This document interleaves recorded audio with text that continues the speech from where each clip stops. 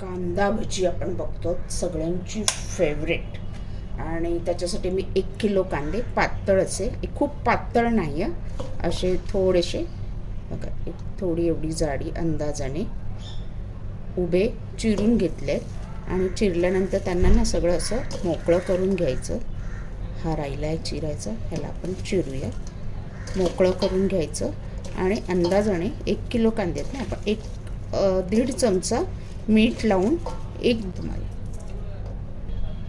मीठ घालूया. आणि एक तास तरी आपण मीठ लावून ठेवूया. अर्धा तास 1 तास कांद्यांना चांगलं पाणी सुटलं पाहिजे. मीठ लावून 1 तास तरी ठेवायचं आहे झाकून. मीठ लावलं आणि आता ह्याला मी झाकून ठेवणार आहे. आणि थोडं कांद्याचं स्वतःचं पाणी सुटणार, कांदा थोडा नरम मऊ होईल. आणि नंतर आपण मसाले आणि बेसन ॲड करणार आहे. कांदा बघा चांगला पाऊण तास तरी मी ठेवला आहे, अगदी 1 तास नाही.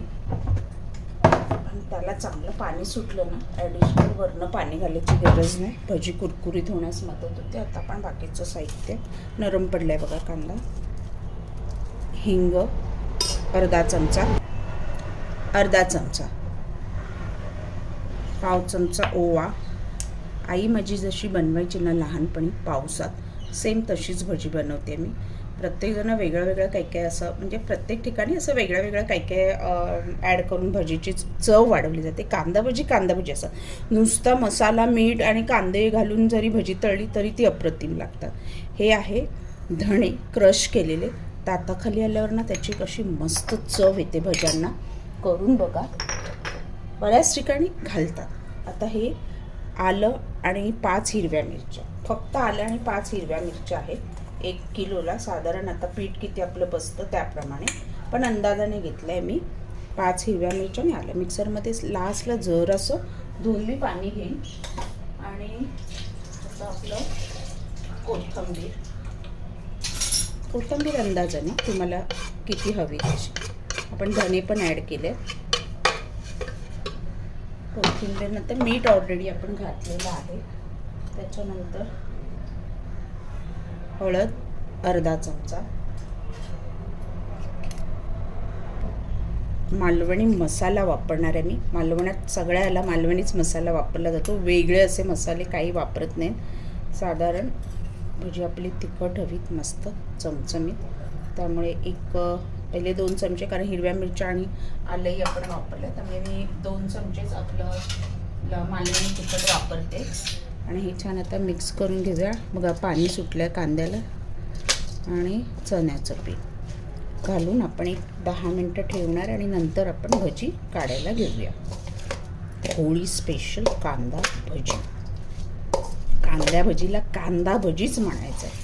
खेकडा भजी वगैरे म्हणतात, ते माहीत नाही कुठे असेल प्रथा तर, पण आम्ही तर लहानपणापासून कांदा भजी म्हणजे कांदा भजी गरम गरम. आता ह्याच्यात हे सगळं छान कांद्याला लागलं, एकजीव झालं की आपण चण्याचं पीठ ॲड करणार आहोत. चण्याचं पीठ ॲड केल्यानंतर थोडंसं टेस्ट करा. मीठ आणि मसाला असं तिखट कमी वाटलं तर वरनं परत तुम्ही ॲड करू शकतात. आता चण्याचं पीठ, बेसन अंदाजाने,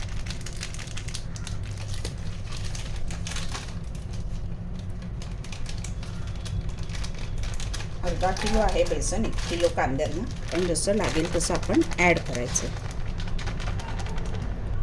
थोडं शिल्लक ठेवलं, लागलं तर वरून आपण ॲड करणार. आता हे छान मिक्स करून घेऊया आणि 10 मिनटं ठेवून मग नंतर आपण भजी गरम गरम तेलामध्ये तळायची. आणि हे सगळं एकजीव झाल्यानंतर आहे ना, बघा पाणी अजिबात लागलं नाही, कारण अजून 10 मिनटं ठेवल्यानंतर त्याला पाणी सुटणार आहे. तुम्ही मीठ आणि तिखटची चव नक्की बघा. चण्याचं पीठ थोडं ॲड करते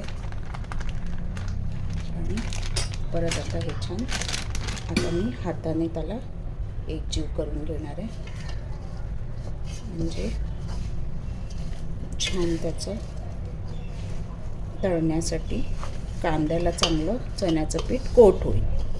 असं सगळं करून एक 10 मिनटं आपण ठेवून देणार आहोत. 10 मिनटाने थोडा तेलाचा हात घेतला, थोडं बघा परफेक्ट. आणि आता आपण तेल कडकडीत करायला ठेवलं आहे.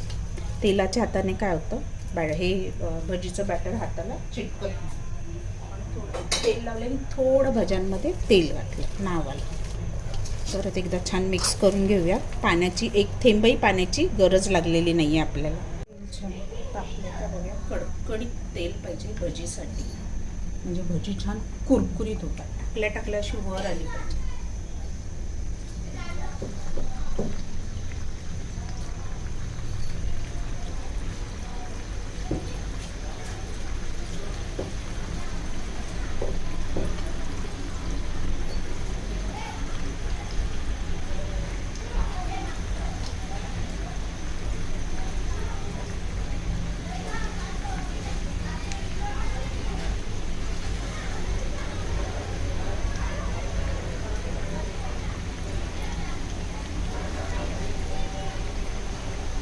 छान वर आली की लालसर रंगाची आपण तळून घेणार आहोत.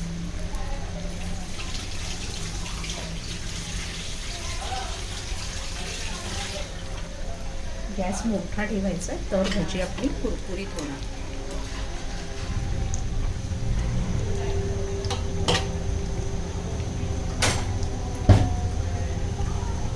छान वर आली की मस्त